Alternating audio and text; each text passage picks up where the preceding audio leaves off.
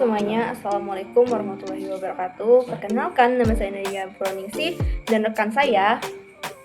Perkenalkan, nama saya Muhammad Faridianto. Nah, pada kesempatan pada kali ini kami akan membahas tentang arah dan komponen pokok pelayanan dalam bimbingan konseling. Nah, pada kesempatan ini kami membahas tugas dari Ibu Nila Siskasari, MA, yang mana itu mata pelajaran BK Pendidikan. Nah, dalam video kali ini kami lakukan untuk memenuhi tugas presentasi melalui video yang diberikan tugas oleh Bu Nila. Nah, langsung saja ke pembahasan. Nah, kalau kita membahas tentang bimbingan konseling ini, tidak baik bila kita tidak tahu kata dasar dari arti bimbingan dan konseling tersebut. Baiklah, yang pertama kita akan membahas tentang pengertian bimbingan dan konseling tersendiri. Nah, di penjelasan kami, bimbingan dan konseling itu merupakan terjemahan dari guidance dan konseling dalam bahasa Inggris. Nah, secara harfiah, istilah guidance dari akar kata guide berarti yang pertama itu mengarahkan, to direct, yang kedua itu memandu, to pilot, yang ketiga itu mengelola, to manage, dan yang keempat itu menyetir atau to steer. Nah, bimbingan ini merupakan suatu proses berkesinambungan, bukan kegiatan yang seketika atau kebetulan. Nah, bimbingan merupakan serangkaian tahapan kegiatan yang sistematis dan berencana yang terarah kepada pencapaian tujuan. Bimbingan juga merupakan bentuk bantuan atau pertolongan. Nah, sedangkan kata konseling tersendiri merupakan salah satu hubungan yang bersifat membantu. Hubungan itu terbentuk berdasarkan kesukarelaan antara klien dan konselor. Menurut ASCA atau American School Counselor Association, nah, konseling adalah hubungan tatap muka yang bersifat rahasia, penuh dengan sikap penerimaan dan pemberian kesempatan dari konselor kepada klien. Nah, lalu ke pembahasan selanjutnya yaitu tujuan dari bimbingan konseling ini tersendiri. Nah, tujuan dari pemberian layanan konseling itu ialah agar individu itu dapat, yang pertama itu merencanakan kegiatan penyelesaian studi untuk bagian BK Pendidikan, seperti saat memenuhi atau menempuh pendidikan sekolah menengah atas ataupun sekolah menengah kejuruan. Nah, lalu perkembangan karir serta kehidupannya di masa yang akan datang.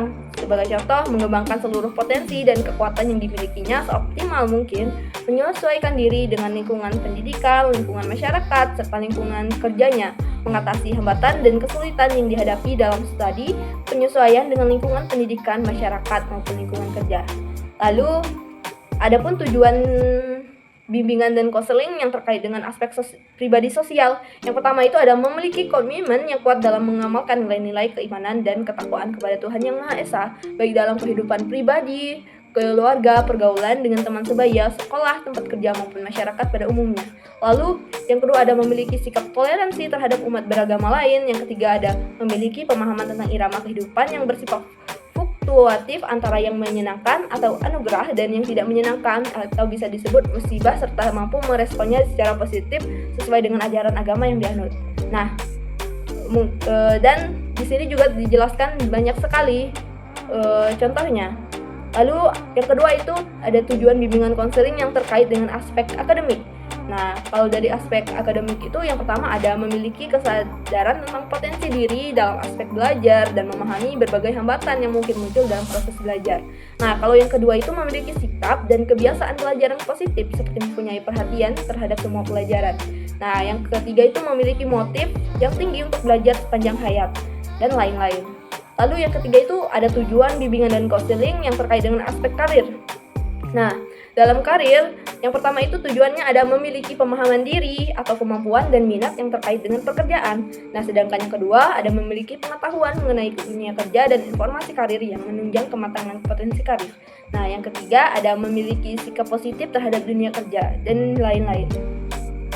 Nah, ke pembahasan yang ketiga yaitu pelayanan pokok dalam bimbingan dan konseling. Nah, yang pertama itu ada pelayanan orientasi.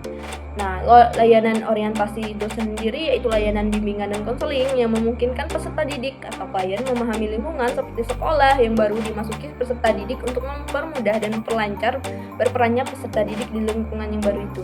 Nah, yang selanjutnya ada layanan informasi. Nah, layanan informasi ini itu adalah layanan bimbingan dan konseling yang memungkinkan peserta didik atau klien menerima dan memahami berbagai informasi seperti informasi pendidikan dan jabatan. Nah, yang dapat digunakan sebagai bahan pertimbangan dan pengambilan keputusan untuk kepentingan peserta didik atau klien itu tersendiri. Nah, yang ketiga yaitu layanan penempatan dan penyaluran. Nah, di sini layanan penempatan dan penyaluran itu layanan yang memungkinkan peserta didik atau klien memperoleh penempatan dan penyaluran tempat, misalnya penempatan dan penyaluran dalam kelas, kelompok belajar, jurusan atau program studi, program latihan, magang, dan kegiatan ekstrakurikuler. Nah, sesuai dengan potensi, bakat, minat, serta kondisi pribadinya. Lalu selanjutnya ada layanan pembelajaran. Nah, layanan pembelajaran ini merupakan yang memungkinkan peserta didik atau klien mengembangkan sikap dan kebiasaan belajar yang baik dalam menguasai materi pelajaran yang cocok dengan kecepatan dan kemampuan dirinya, serta berbagai aspek tujuan dan kegiatan belajar lainnya. Selanjutnya ada layanan konseling individual. Nah, dalam layanan ini yang memungkinkan peserta didik atau klien mendapatkan layanan langsung tatap muka atau secara perorangan dengan guru, pembimbing dalam rangka pembahasan dan pengentasan permasalahan pribadi yang dideritanya. Lalu ada layanan bimbingan kelompok, yaitu layanan bimbingan konseling yang memungkinkan peserta didik atau klien secara bersama-sama melalui dinamika kelompok memperoleh berbagai bahan dari narasumber tertentu, terutama dari guru pembimbing, dan atau membahas secara bersama-sama pokok bahasan atau topik tertentu yang berguna untuk menunjang pemahaman dan kehidupannya sehari-hari.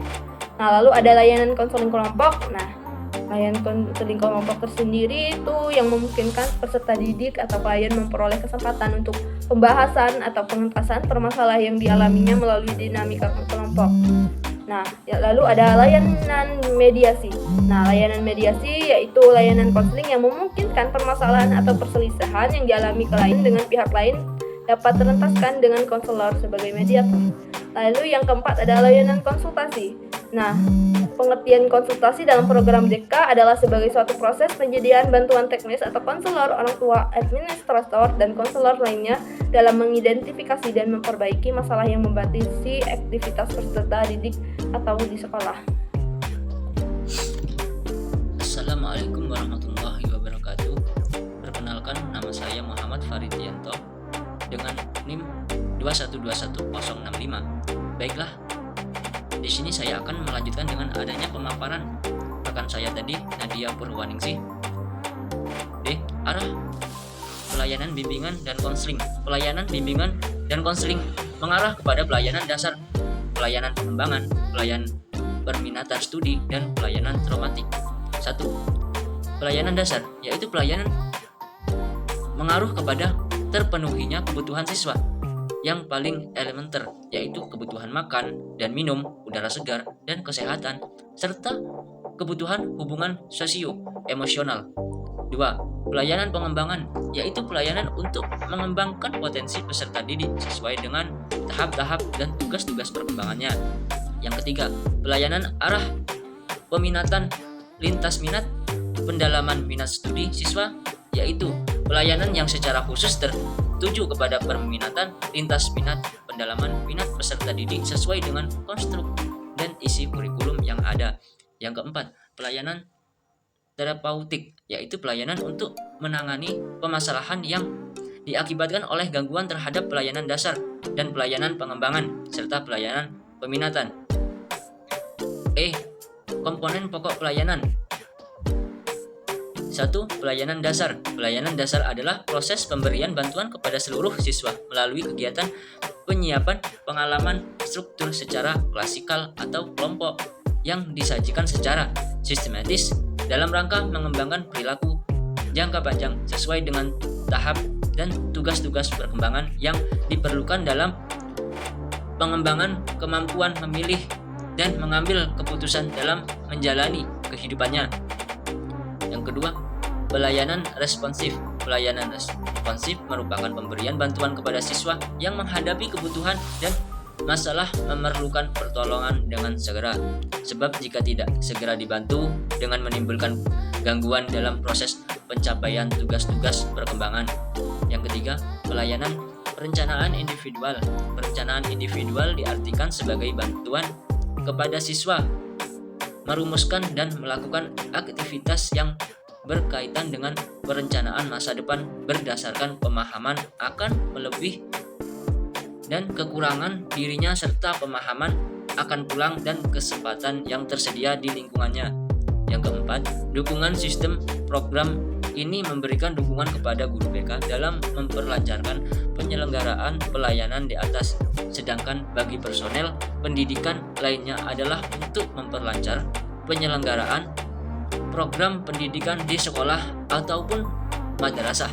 Dukungan sistem ini meliputi aspek-aspek pengembangan jaringan yang diantaranya networking, kegiatan manajemen. Kegiatan manajemen merupakan berbagai upaya untuk menetapkan, memelihara, dan meningkatkan mutu program bimbingan dan konseling melalui kegiatan-kegiatan berikut, yakni 1.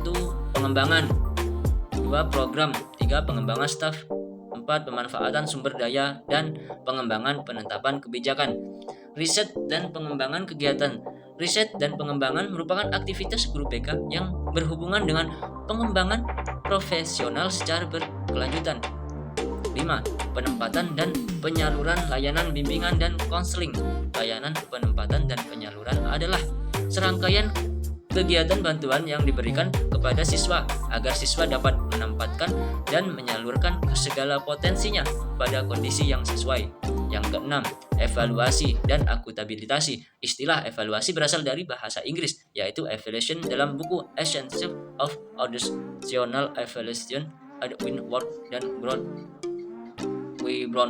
mengatakan bahwa evaluation refers to the or process to determining the level of. Jadi menurut Ward dan Brown, evaluasi adalah suatu tindakan atau suatu proses untuk menentukan nilai daripada sesuatu. Baiklah, mungkin hanya itu yang dapat kami sampaikan. Hanya itu presentasi video dari kami. Saya akhiri. Wabillahi taufiq wal hidayah. Wassalamualaikum.